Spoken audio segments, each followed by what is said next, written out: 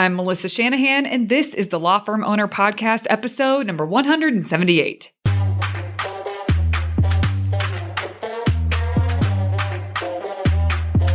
Welcome to the Law Firm Owner Podcast, powered by Velocity Work, for owners who want to grow a firm that gives them the life they want.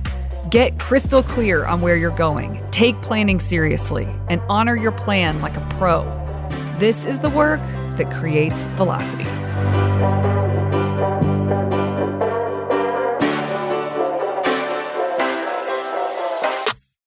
Hello. All right, so today we have a conversation coming to you between me and Mitchell Zoll. He's a longtime Mastery Group member, and it was a pleasure talking to him about the way he thinks about things and also some things he's really into and he's presenting and he's working on. And it's all to do with tech and inside of his law firm and automation and workflows and making sure that things are as easy as possible. He's very into delegation, but he's even more into automation. And listening to him really think through some of his own resources that he's come up with. And he has a knack for sharing with other attorneys that same thing and helping them brainstorm and think through, here's where you start. Now, he and I have been chatting, and he's going to start hosting a workshop for Mastery Group members every single quarter. And I am pumped about this. He's got so much wisdom to share, and he's the kind of guy, he's on calls with Mastery Group members all the time, thinking through these things and helping people. And I really love that. He loves connecting with other members in a helpful way. So he's going to start leading this workshop every quarter around tech and automation for Mastery Group members. And for those of you who aren't familiar with Mastery Group or what it is an incredible program for law firm owners. And we facilitate quarterly strategic planning with accountability and coaching in between the quarters so that you can honor your plan, so that you stay focused on the work that creates velocity.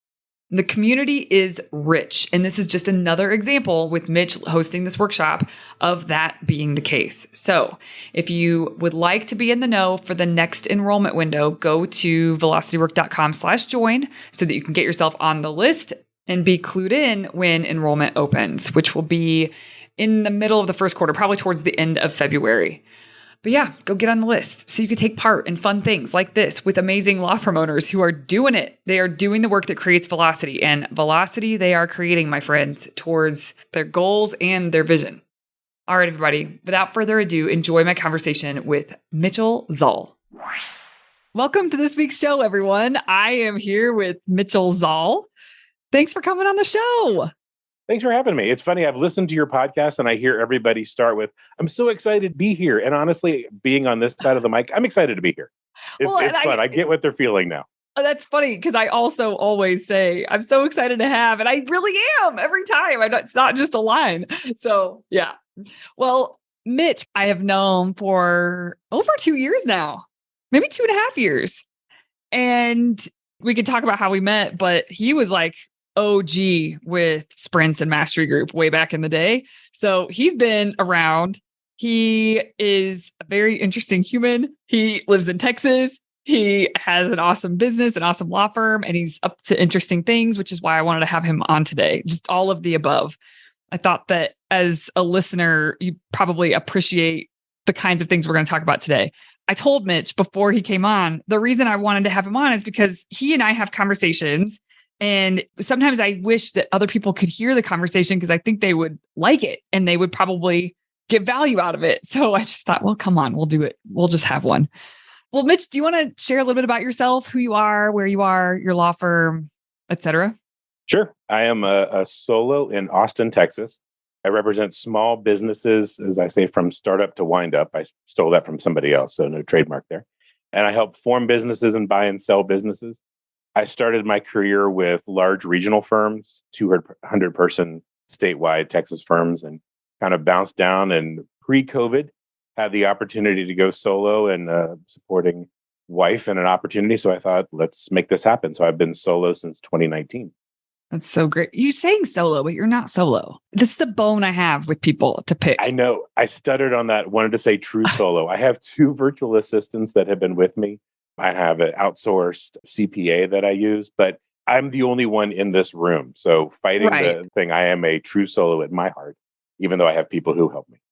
Well, and that's fair. As long as people understand. I don't know. Sometimes I think people say that and they do themselves a disservice. Cause I mean, think about, I have been a part of your journey. I know you've had to really train these people. Some people haven't worked out. Like there's real time and commitment has been put into team.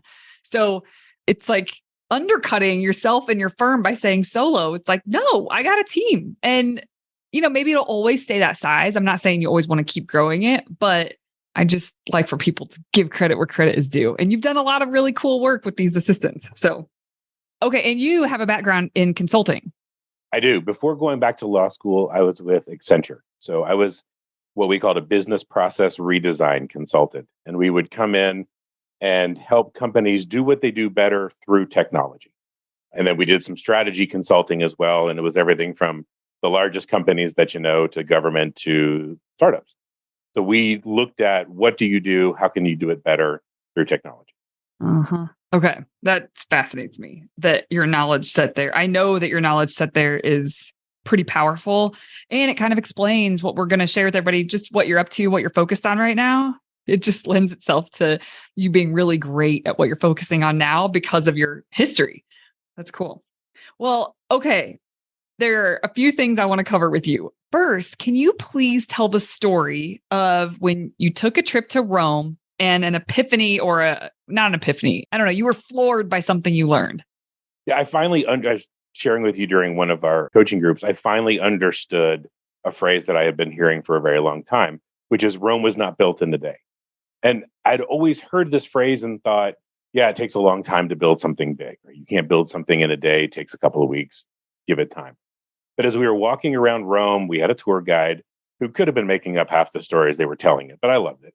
And you would see some, the current cars, the roads, the bus stops, but you would also see where they excavated in its time, BC and the churches that had been raised and lowered. And some of these parts were taken from other parts. And he said, yeah, that's what we mean by Rome wasn't built in a day. It is constantly evolving. And to have this great city and this great monument, it's not built in a day. It's something that's continuing to evolve and continuing to be worked on.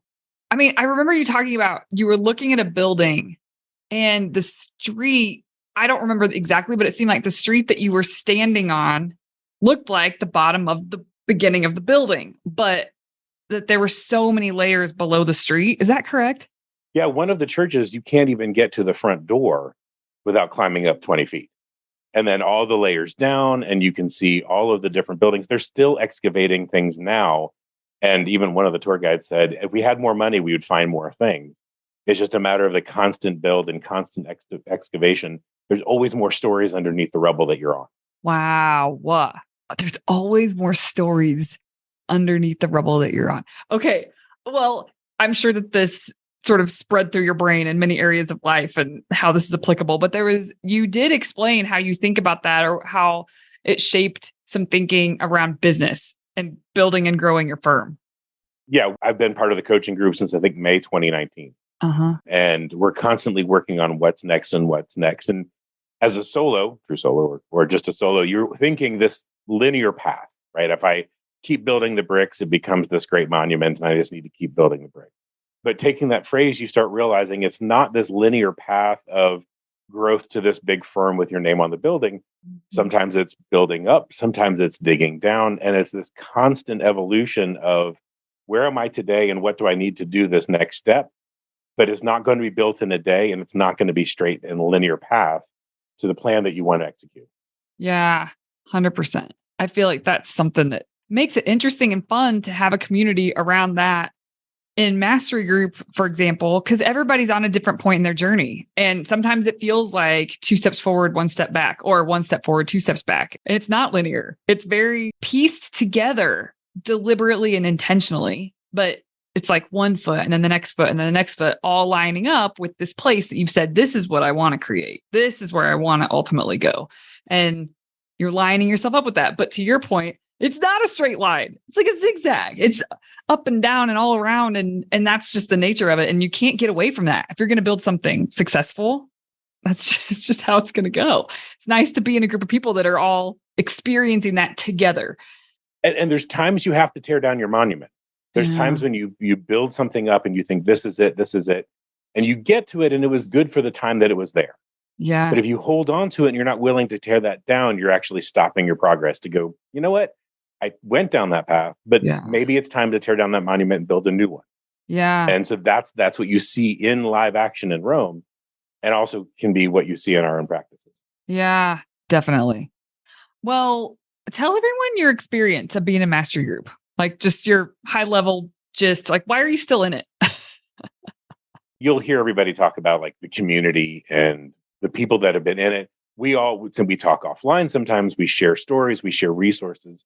One of the things that helped me early on, because I think the demographic of people who really connect with what you are working with are people who want to better themselves, who are looking at new tools and tips and practices. But there's a lot out there. There is a lot out there that you can get sidewise, and you read all the books and then you have a stack of books, but you don't have anything progress on it. And early on, we were all sharing the tools we had. Oh, I've got Remarkable, and I read this book and this. And we had a moment as a group where we said, sometimes it's best to just quiet the noise and stick with one thing and do that well. And that'll get to where you are versus kind of dipping your toe in. Think, well, maybe that wasn't it. Dipping your toe in again.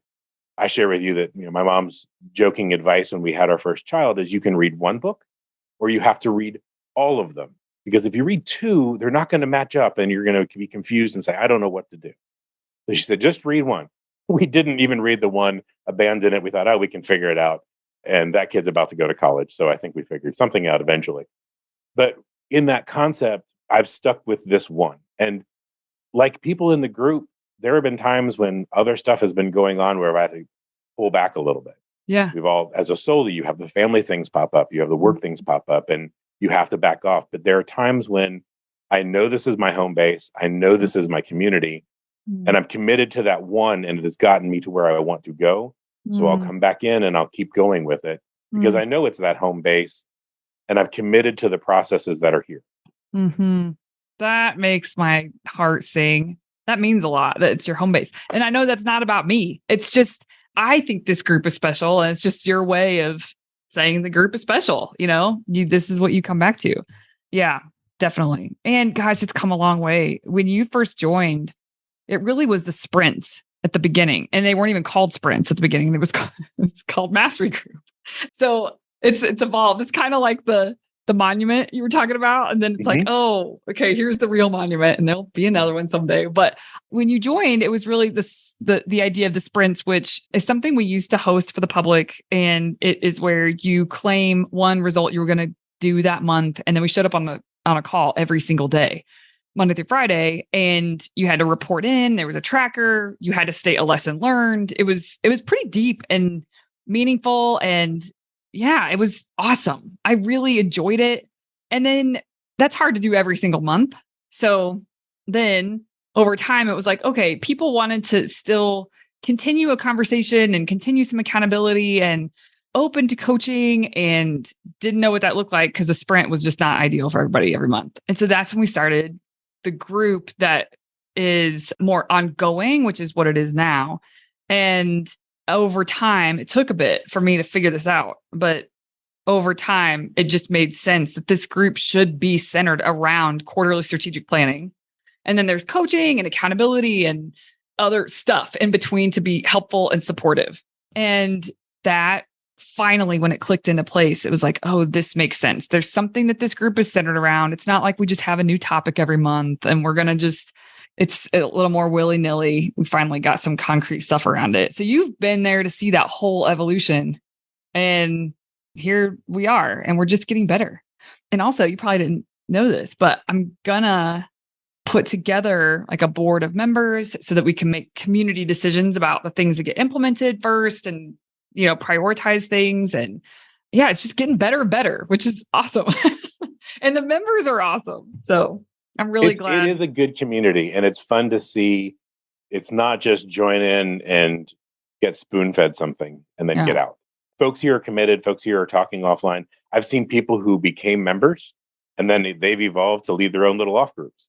And it's something available to you to, hey, let's work on our Monday map. Let's work on our Friday wrap together, because it's training. It's not learning, it's training. It's developing the muscles. is developing the process. And I was talking with somebody who's in the group who we were talking offline and sharing resources. And they said, I'm kind of new. What do you know about this group? And I said, if you commit to doing the work in this process, then you'll get out of it what you need. And that's a big ask sometimes. It's to really sit down on a Monday and think through, what am I going to do this week? That doesn't always happen. But the weeks it happens, I see that huge benefit. And, okay, I got to go back and do that. Like eating healthy, like working out, like all the things. When you really do it right, you say, there it is. And sometimes you need that constant reminder. Hey, this is what you got to do. This is what you got to do.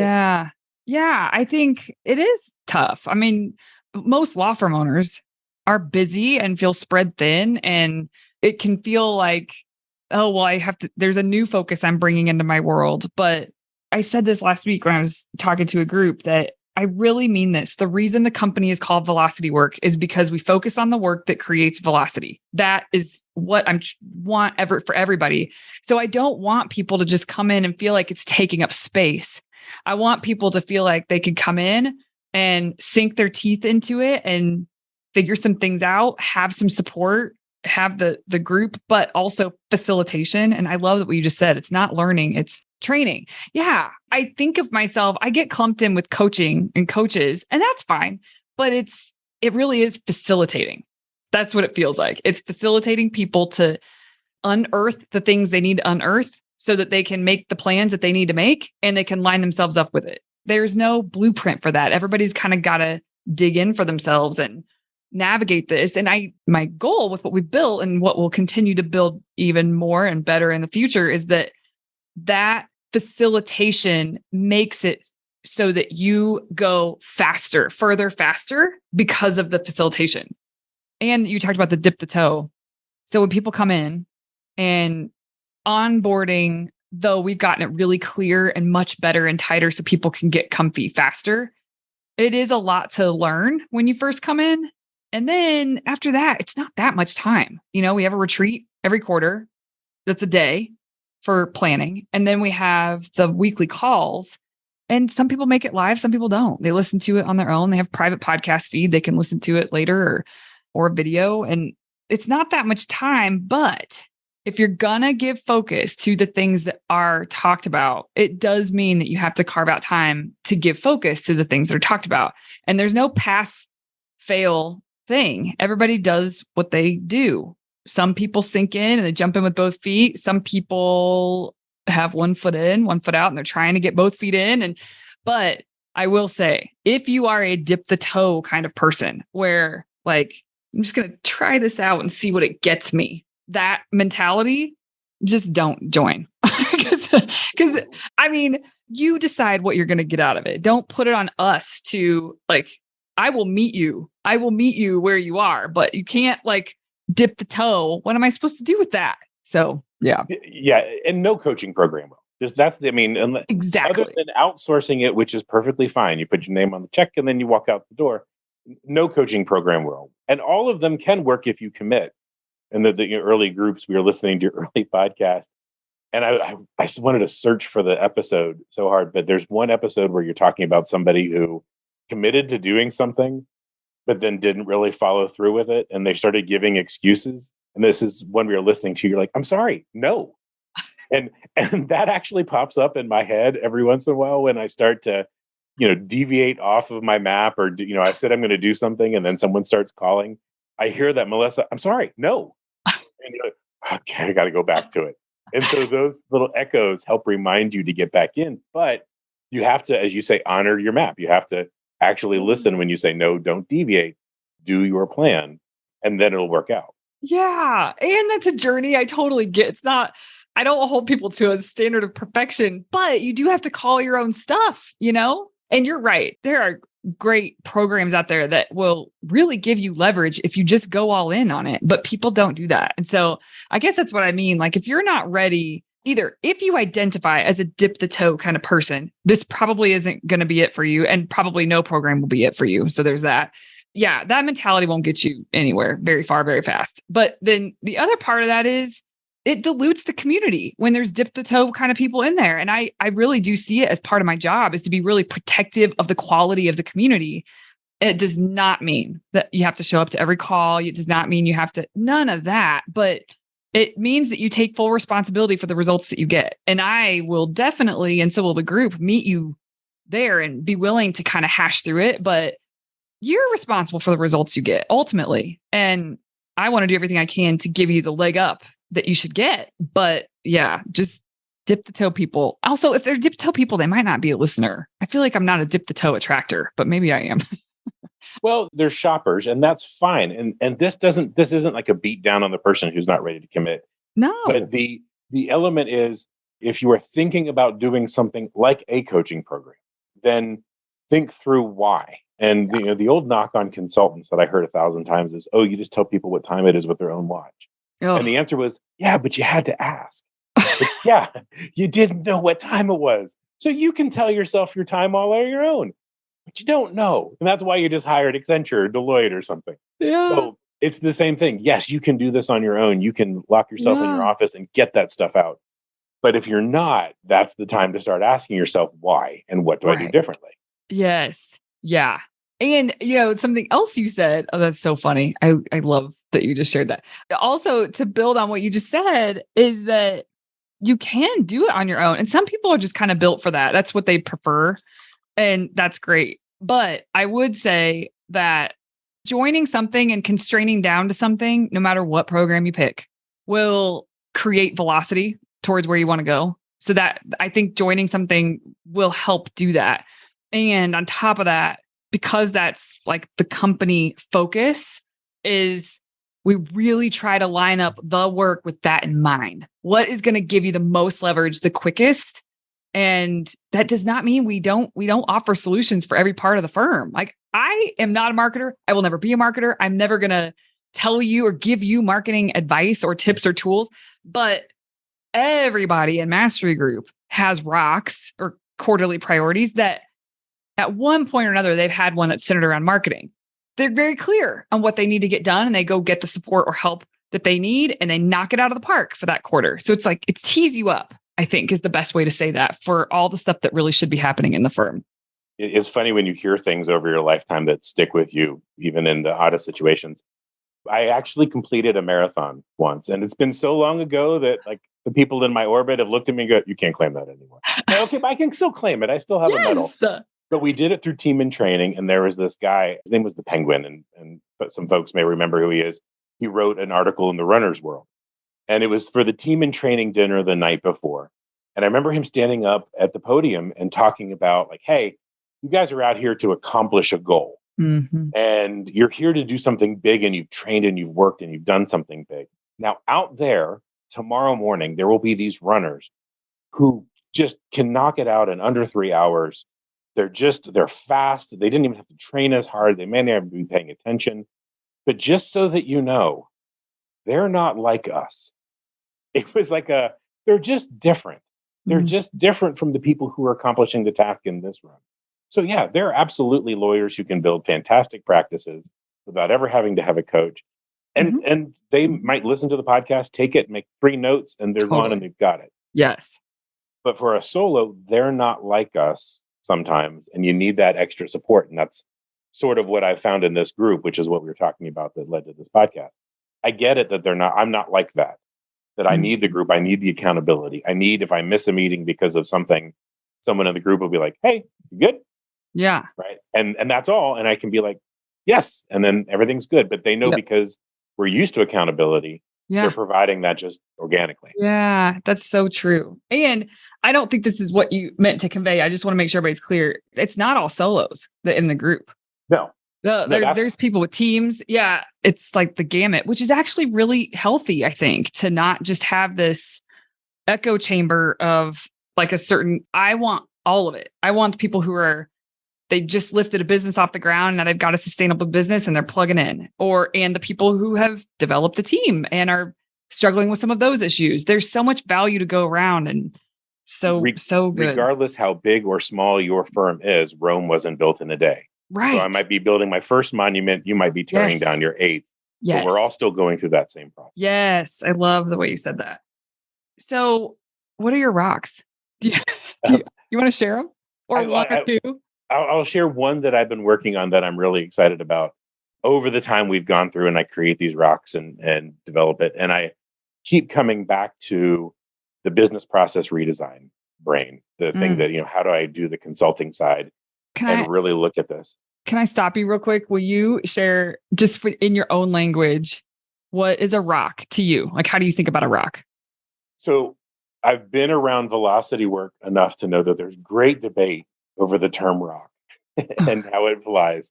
But the best example of the rock that I always keep understanding to come back to is the professor years ago who held a cylinder and said, put the rock, the sand, the pebbles, and all those into Uh-huh. place at the same time. And you learn that if you start with those big rocks first, you can fit it all in. If you start with the sand or the pebbles, the little things that feel important, you can't get those big important things into the cylinder. Yeah. So every quarter we set new rocks. So it's like your key quarterly priorities that you're on the hook for. That's where the accountability comes in, is for rock accountability. It's the big firm task that if I move it to the front of the line, it helps me organize everything else around it that I can accomplish the goal. And yes, so you can get to the goal, which is the number. Yeah. Okay. So one of your rocks, what's it called? Do you know off the top of your head? We make them name these very specifically. That's why, to the listeners, that's why I'm asking if he knows what it is right now. The rock is to develop a program of tech competency for law firms. Cool. And underneath that, one has been to have 2 presentations, one of which I've already given. And otherwise, it's also to produce a certain number of YouTube videos that relate to that presentation to help lawyers be better at technology within their practice. Cool. Yeah, I bet you're really perfectly suited for this because of your background with consulting plus being a lawyer, having your own practice. Something that I keep finding my brain leaning to. It's something that I actually enjoy. And I serve on the computer and technology section for the state bar. Mm. And that's the chair that I'm in. So it's not just a deviation from my daily work. That's something that I've taken on. And can you explain to everybody, like, how does this tie in? I'm thinking, because you have goals for the firm that are numbers. And this is one of the priorities that you said, this is something that I am prioritizing so that my firm gets to what I want it to be, so that that goal is inevitable, basically. How does this help you as the owner of the firm, with the firm? As a solo or as a firm owner, even though I have virtual assistants and folks helping, what I find I keep coming into is the friction of getting work out. And how can I reduce that friction using technology? I was listening to the recent podcast from Clio, and everyone was talking about delegation. And in my mind, I'm screaming, but what can you automate? Like, that didn't hit the board. Yeah. And it kept talking about what can I give to other people and how can I give it to them in a way that they know what I want when I want it. Uh-huh. And this is a way for a solo or a large firm to delegate it to the technology. So it's always what you want when you want it, in a way that's really easy to do. It's reducing the friction to getting tasks accomplished. That's so interesting. I should do an episode someday with people on automation, not delegation. That'd be really cool. Okay. So yeah. And I love the word friction that you used. And before we pushed record, you were mentioning that the language that you used, I really liked. It was the non-value, like client value services. It's help with everything but that. Or, I don't know. So say what you want to say about that. Well, I had a paralegal that I was working with, and in the job description, it said, let's do processes and things. And I was working with her to try and automate some letters going out or some notices going out. And she came to me, she's like, wait a minute, like, this is staff job or this is a paralegal job. Are you trying to automate that? I said, yes, I'm trying to get things as easy as possible that do not add value to the client to be done without any sort of input and time. So sending a letter, I've got a form letter that every lawyer has who's done litigation. Here's how to prepare for your deposition. How can I make sure that goes out automatically without having to depend on somebody? And it's not a billable task. So either I'm doing it and I'm eating the cost, or I've got a paralegal doing it and I'm paying the cost, but then eating it from the client, because it's not value add. But it's something that we can get out easily and automate and get out the door.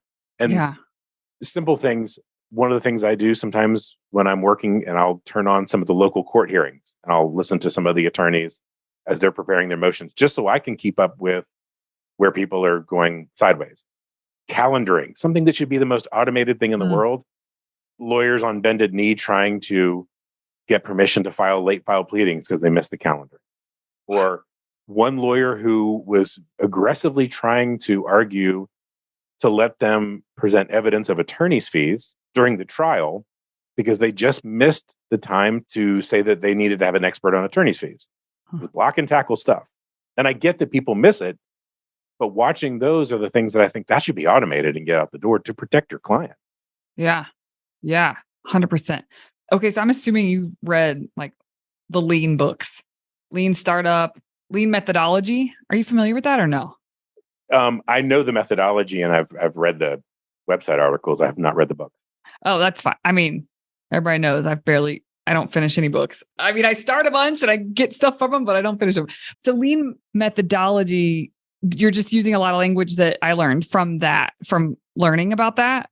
And gosh, there's such a deep appreciation I have for that, the concept of it. And that's what you're digging into, is how to be lean using that branded language, how to be lean behind the scenes with everything that it's not a value add. And so that you can reduce the resources and time and effort that is spent on everything that doesn't generate value. Well, it generates value, but you know what I mean? It's not what people are paying for. It's everything that people aren't paying for that you're trying to get streamlined. Well, is that correct? Yeah, I understand why firms do, but this isn't something that the client will find value in. It's almost like charging them to send them the bill. Right. You just can't do that. Right. But I was meeting with another member of our group because we share resources and building out a phased, deliverable-related approach to each phase of the litigation, from opening the file to securing the judgment. Mm-hmm. And this was one of his rocks, and said, I think I've got some examples. And I was sharing it with him. And he said, Mitch, there's nothing like this that I found at all Googling it. And I'm sure someone will have something, but it's not easy to find. The template that I was using was from the late 90s in consulting world for a software implementation. Yeah. Like, lawyers are a little bit behind this, but this has existed for 25 years. Yeah. We just haven't brought the process in. And then you get lawyers on bended knee trying to get attorney's fees to be argued because they just didn't have that checklist. Yeah. So I remember, because I think this ties in, I remember you talking to, I think just consultatively, like that you were just trying to navigate and figure out if there's a service out there that could really help do what you wanted it to do with your software. There's a company you talked to and you were like, no, I just want X. And they didn't do that, couldn't do that. I don't remember, but go ahead. I have been lovingly fired by a number of the consultants that I've been working with, because there are really good consultants out there who are really good at implementing Clio or implementing process. But I would come to them and say, great, give me the starter pack. Give me what you did for the last lawyer who's just like me. And then we can optimize and benefit from there. And their process, and I understand it, it's not wrong, is to say, let me analyze what you do first. Let's talk about it. And one example I gave a long time ago when we were talking about this, my mom, when she was driving around a lot more, used to park in like the very last parking space in the parking lot. And I would talk with her like, no, here's how to find a closer parking space. She's like, Mitch, I can't find my car if I don't park in the very last parking spot. Oh, yeah. I'm like, yeah, but you were burning so much energy to get through all those empty spaces, but that's what you know. And a lot of times when consultants come in, they're saying, tell us where you like to park. And so they're building their process off the last spot in the parking lot. I'm trying to flip that on its head and say, start me off with what's best practice. Yeah. Bring me into, if I were to shut the firm today and go and join somebody tomorrow, I would be billing in 3 days because I would adopt their practices. So as a solo, where can I find that? And that's sort of what I'm trying to build out in the channel that I'm going to put out, and that I am not going to compete with the really smart, deep work that the other consultants are doing, but I'm going to give people a place to start before they get there. I love that. Yeah. Tell people what you're building with this rock. So I've done this presentation for the Austin bar. The first week of December, the computer and technology section is having a full day conference here in Austin. And myself and another lawyer are doing a tech boot camp. And I'm changing up not a survey of what is, but starting with this is what I have and this is how it works. So telling people, yes, there are 1,000 tools out there, but these are the ones that I use and this is the tech stack to use. Along with that, we've got a YouTube channel that we're building out to try and say, well, now you know what to use. This is how we use them. And everything from macros in Microsoft Word or styles or ways to tie in faster law to Clio, things like that that will help people optimize their ground level practice. Mm-hmm. We're going to be putting those out online so people can kind of learn from the first start how to compete with the bigger firms that have 10 staff doing these kinds of programs. That's okay. So I'm going to, with your permission, make it available to people in the podcast notes. You want to share it with people, right? Not just for these presentations and. No, absolutely. I mean, the presentation is a member benefit for people who are part of the computer and technology section. Uh-huh. So the all-day workshop, people can look it up. I think it's December 2nd. Cool. But no, this is something that I'm happy to share and get out there. And I've had other lawyers who saw the Austin bar presentation say, I was tech savvy, but I never knew about that. And so trying to get stuff out there to share, it's just because this is something that I like doing. It's the hat that I wear for the section, but it's also something that I'm just trying to scratch that itch of things that I enjoy building. Mitch, I know I'm putting the cart before the horse here, but I really think this is like your next business. If you have any desire to start another business, I think this could be really valuable for people.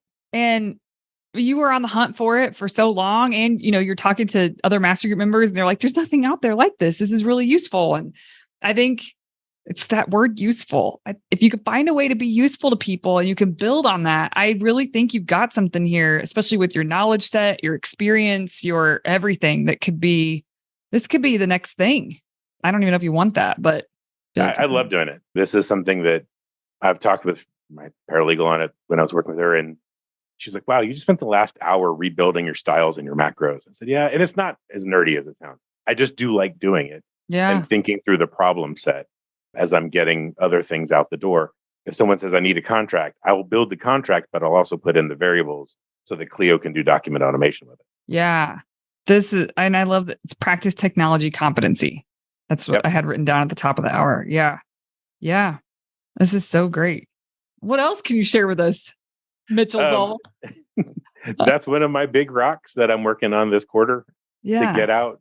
I sat through the quarterly planning that we do, which is, it's so accessible and so difficult at the same time because these are all basic numbers and basic structure that we all have, clients and revenue and things. Mm-hmm. And those are usually good reminders of things that I need to keep building.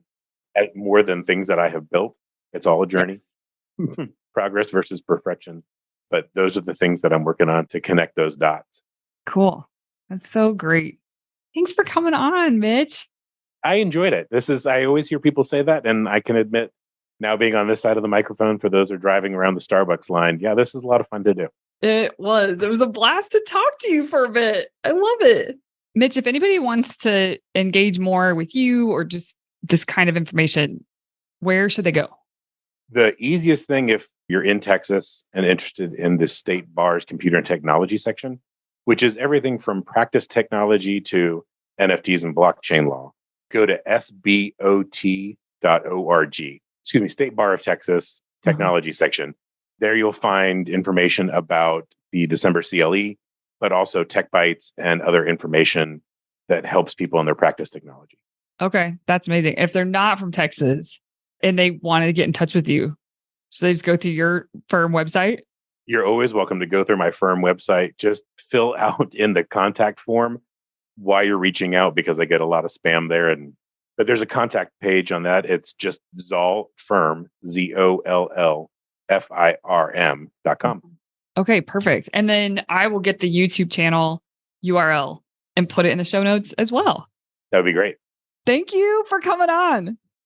Thanks for having me. Bye-bye. Hey, you may not know this, but there's a free guide for a process I teach called Monday Map, Friday Wrap. If you go to velocitywork.com, it's all yours. It's about how to plan your time and honor your plans so that week over week, more work that moves the needle is getting done in less time. Go to velocitywork.com to get your free copy. Thank you for listening to the Law Firm Owner Podcast. If you're ready to get clearer on your vision, data, and mindset, then head over to velocitywork.com where you can plug in to to quarterly strategic planning with accountability and coaching in between. This is the work that creates velocity.